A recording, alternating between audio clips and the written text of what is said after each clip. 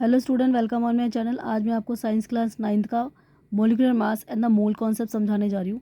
The molecular mass of a substance is the sum of the atomic masses of all the atoms in the molecules of the substance.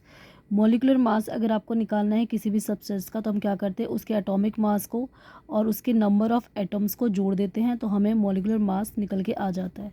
For example के लिए हम पहला question देखते हैं, calculate the relative moles molecular mass of a water H2O। यहाँ पे हमें molecular mass निकालना है वाटर यानी कि H2O का। तो हम सबसे पहले क्या करेंगे, atomic mass of hydrogen, H2O में हाइड्रोजन लिखा है और ऑक्सीजन लिखा है, तो एटॉमिक मास ऑफ हाइड्रोजन कितना होता है 1U यानी कि 1 यूनिट, और atomic mass of hydro oxygen कितना होता है 16 यूनिट। ये हमें याद करना पड़ेगा, इसके लिए मैंने टेबल बना रखी है, आप जाके उस वीडियो को देख लीजिए। फिर आता है एटम ऑफ हाइड्रोजन। अब यहाँ पे हाइड्रोजन के एटम में 2 लिखा है, तो इसका एटम कितना हो गया 2।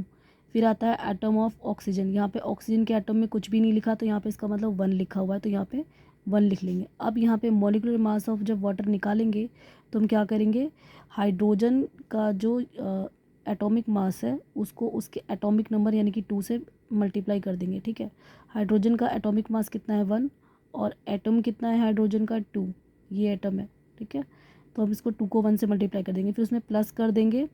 यहाँ पे ऑक्सीजन भी लिखा है, तो ऑक्सीजन का जो पहले एटॉमिक मास है 16 को मल्टीप्लाई कर देंगे उसके एटम से। एटम कितना था 1, यहाँ पे कितना था एटम ऑफ ऑक्सीजन कितना था 1, तो 16 को 1 से मल्टीप्लाई कर देंगे, तो आ जाएगा 2 1 जा 2 प्लस 16 1 जा 16। अब दोनों को ऐड कर देंगे तो 16 और 2 कितना हो जाएगा 18 यूनिट, यानी कि molecular mass of H2O substance का आ गया है 18 यूनिट। अब आते हैं इसका सेकंड क्वेश्चन पे, तो calculate the molecular mass of HNO3।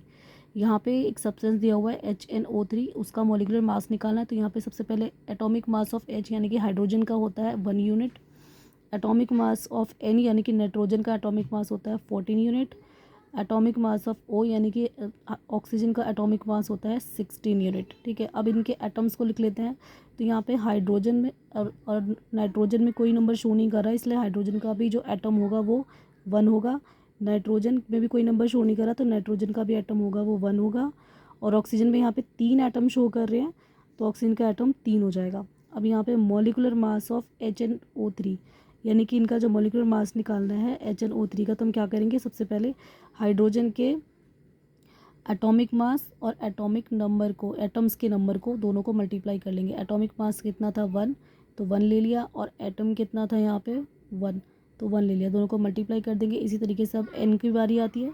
N का एटॉमिक मास कितना है 14, और इसका एटॉमिक एटम्स कितने हैं, ठीक है, एटम्स है 1, तो यहाँ पे 1 को मल्टीप्लाई कर लेंगे 14 से। फिर प्लस O3 यानी कि ऑक्सीजन की बारी आती है। तो ऑक्सीजन में का जो एटॉमिक मास होता है वो 16 यूनिट होता है, और यहाँ पे यहाँ पे इसके एटम्स कितने हैं 3 है, यहाँ पे 3 एटम्स है ऑक्सीजन के, तो यहाँ पे 3 मल्टीप्लाई 16 कर लेंगे। अब इनको मल्टीप्लाई कर लेंगे, 1 1 जा 1 आ जाएगा, फिर 14 1 जा 14 आ जाएगा, और प्लस 16 3 जा 48 आ जाएगा। फिर तीनों को ऐड कर लेंगे तो टोटल आ जाएगा 63 यूनिट, इसका HNO3 का मॉलिक्यूलर मास आ जाएगा। तो इसी तरीके से किसी भी सब्सटेंस का आप मॉलिक्यूलर मास निकाल सकते हैं, अगर आप उसके एटॉमिक मास को याद कर लेंगे और एटम्स को ध्यान से देख लेंगे तो।